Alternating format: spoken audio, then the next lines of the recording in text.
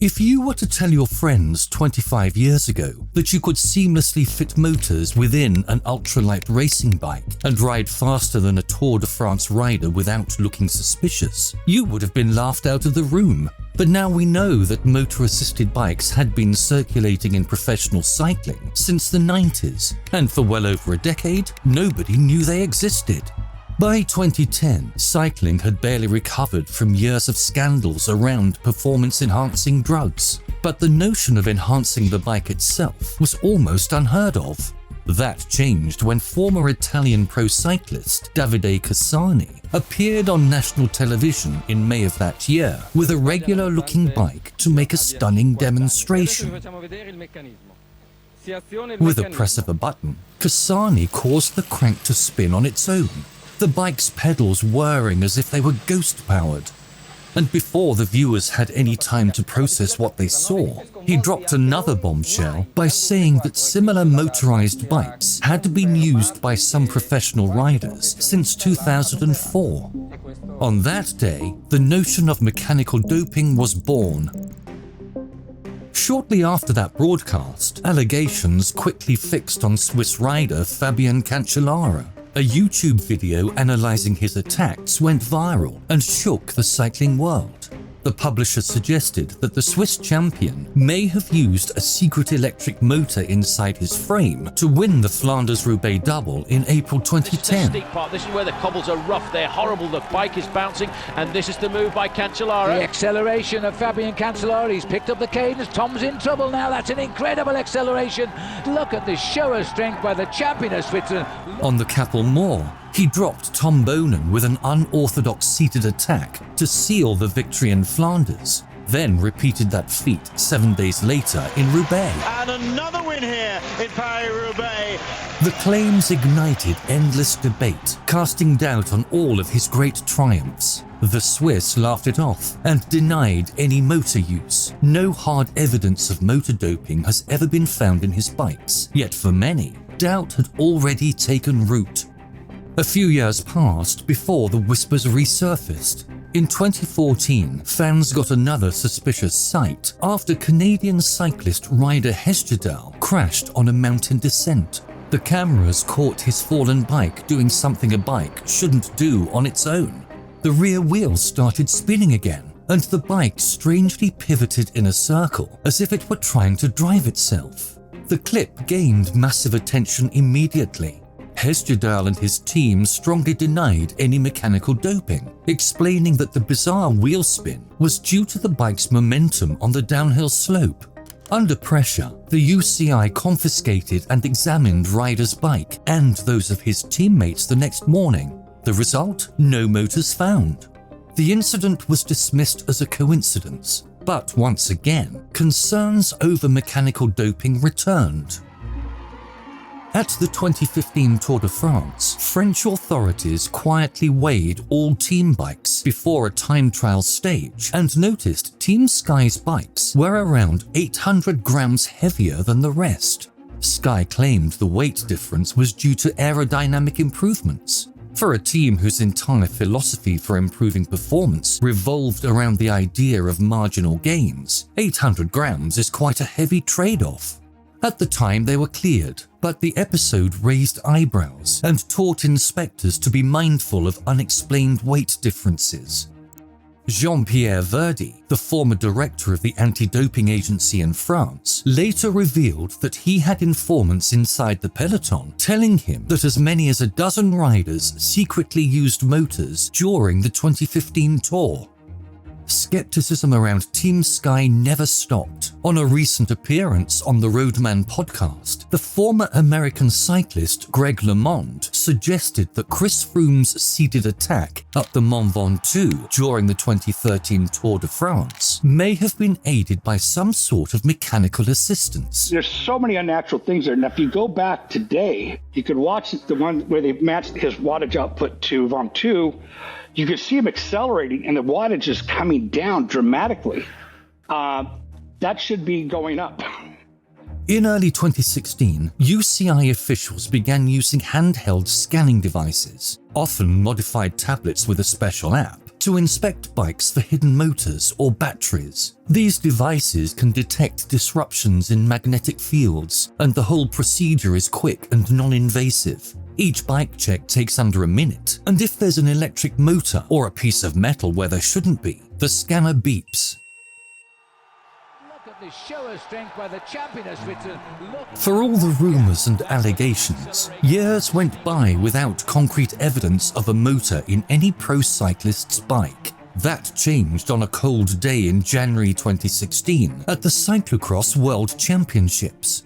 In one of the first inspections using the newly deployed magnetic scanners, UCI officials detected something unusual in a bike belonging to a young Belgian cyclist named Femke van den Driessen.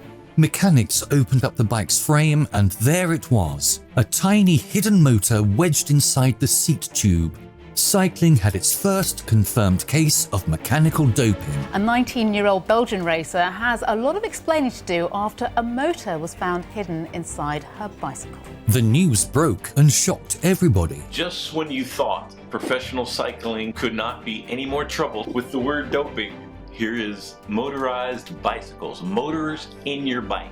Here was proof that the crazy idea of riders racing with motors was not just some sort of conspiracy theory, but a reality.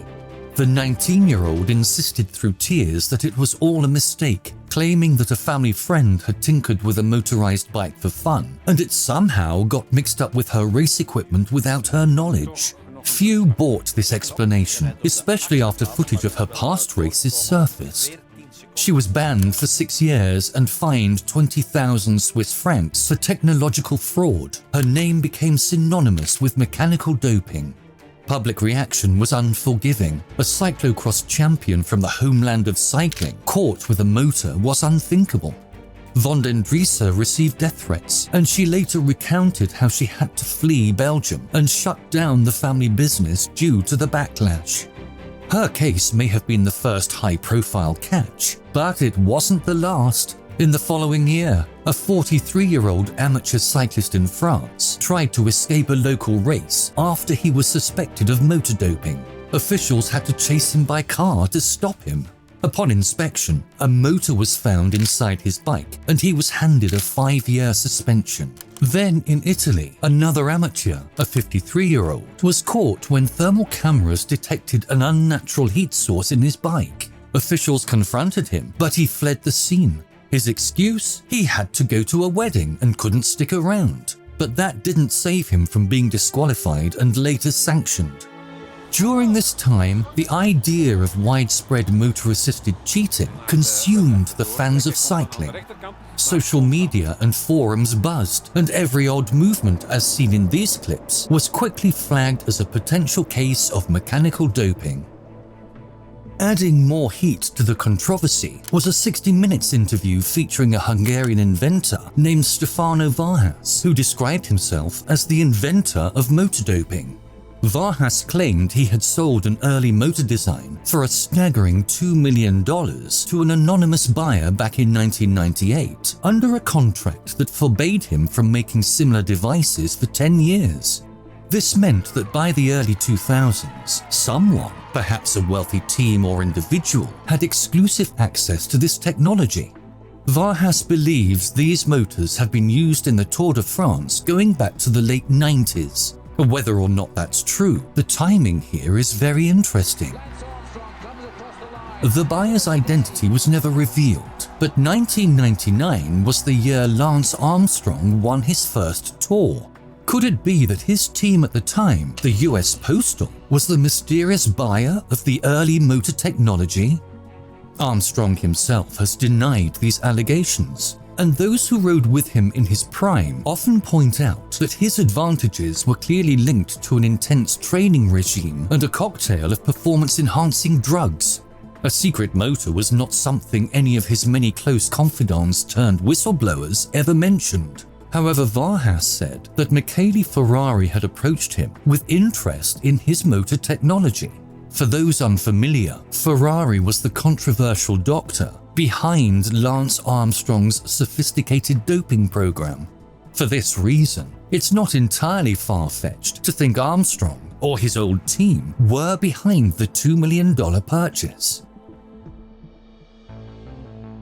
The most straightforward form of mechanical doping is a compact electric motor concealed in the bike's frame, typically in the seat tube. These motors, that are usually about the size of a small flashlight, can be cleverly integrated with the bottom bracket. When the motor is switched on, it uses a system of interlocking gears to drive the crankset, essentially pedaling for the rider. It's designed to give a short but powerful boost to the rider's own effort. The rider can still pedal normally when it's off, so the device remains dormant and undetectable until needed. Some versions of these motors, like the Vivax Assist, could provide up to 150 extra watts of power for short periods, and it's this model that was found inside Femke's bike. These motors run on batteries that can also be stashed inside the frame or within fake water bottles, and they're generally activated by a secret switch that's either connected through wire or by a Bluetooth connection.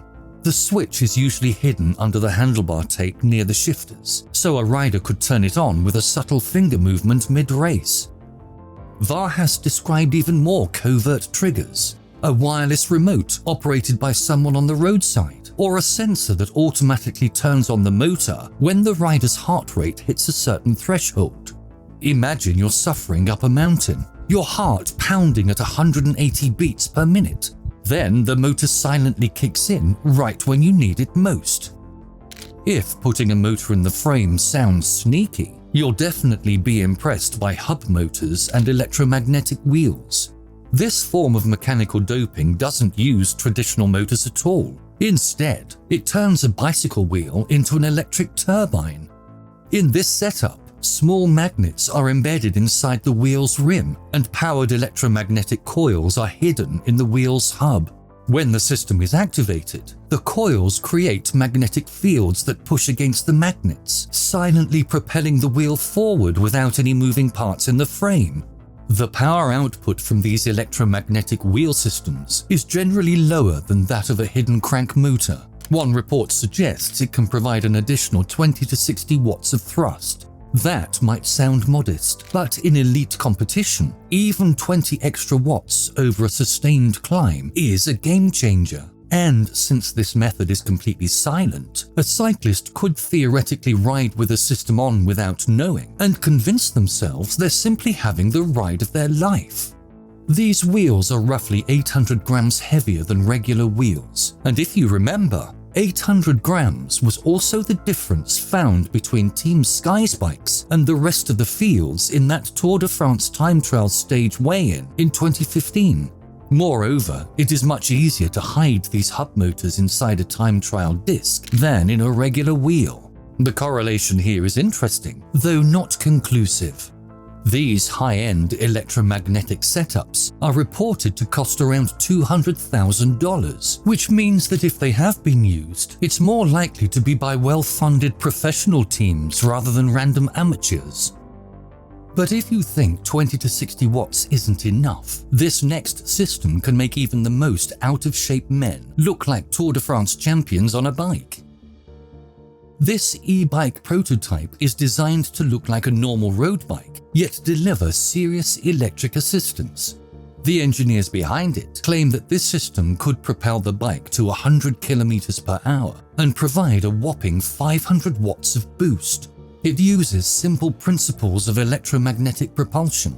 The wheel acts as a rotor, while the frame acts as a stator. About 200 small magnets are embedded in the carbon rim. The seat tube overlaps the wheel and hides 6 inductive coils. When assistance is needed, a battery concealed in the down tube powers the coils, creating magnetic fields that repel the magnets and drive the wheel. Furthermore, this setup harnesses power using regenerative braking. By reversing the coil's polarity, the same system captures energy and returns it to the battery, recharging it for later use. When it was revealed to the public, many people were concerned that this bike would be used by cheats to win bike races. But thankfully, this system isn't as stealthy as the previous ones. The bike weighs 14 kilograms, That's double the weight of a competitive road bike. And for the system to work, the coils must always remain visible, so perfect concealment is not yet possible. Performance relies on keeping the air gap tiny, which in itself was challenging to achieve without wheel rub. And bear in mind that these magnets might attract metallic debris, which could wreck the whole system. Because of this design never reached mass production. But who knows whether somebody somewhere has already figured out solutions to these challenges.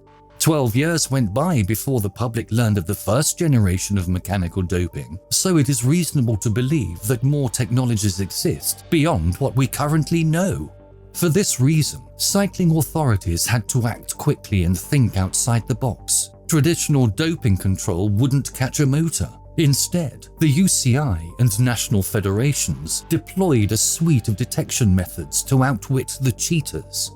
Like we've seen earlier, one of the first measures was weigh-ins and manual inspections. The bike of every stage winner or leader is compared against the minimum legal weight of 6.8 kilograms and checked for any odd bulk. Officials have also been known to do things like spin the bike's cranks backwards after the race. If a motor is engaged and back driving the pedals, that can sometimes be felt or heard. It's low tech, but it costs nothing. After the Von den Driessen scandal, the UCI announced it would invest tens of thousands of dollars in more scanning equipment, aiming to check thousands of bikes a year. By 2018, they claimed to have checked more than 15,000 bikes, with no further motors found in pro races. Scanning can flag obvious devices, but more sophisticated systems might evade a simple magnetometer. Perhaps the most dramatic tool in the arsenal is the use of thermal cameras to spot working motors. When a motor is running, it generates heat. These cameras can detect a hotspot in a bike, even if the rider is in motion. While thermal evidence by itself isn't 100% proof, it's highly indicative and gives authorities probable cause to do more intrusive checks. To leave no stone unturned, the UCI also introduced mobile X-ray devices that could scan bikes in detail. After major stages, they would put bikes that belonged to stage winners and GC leaders through an X-ray to see inside the frame for any hidden devices. Each of these tools adds another layer of security, but perhaps the most effective detection method doesn't involve gadgets at all. The UCI has encouraged a culture of whistleblowing when it comes to technological fraud. In 2024, it went as far as announcing that during the tour, it would pay whistleblowers who came forward with evidence of motor doping. They know that the credibility of cycling, so painfully rebuilt after drug scandals, could be shattered by a motor scandal at the highest level, so they are not taking any chances. Despite these efforts, the cat-and-mouse game continues. Cheaters adapt to new tests, and regulators adapt to new cheating methods. So far, at least in major road races, officials insist they haven't caught any more motor dopers in the act, but ask the fans or former riders, and they aren't entirely convinced the sport is clean on this front. The absence of proof isn't necessarily proof of absence. It might just mean the game of hide and seek has gotten tougher.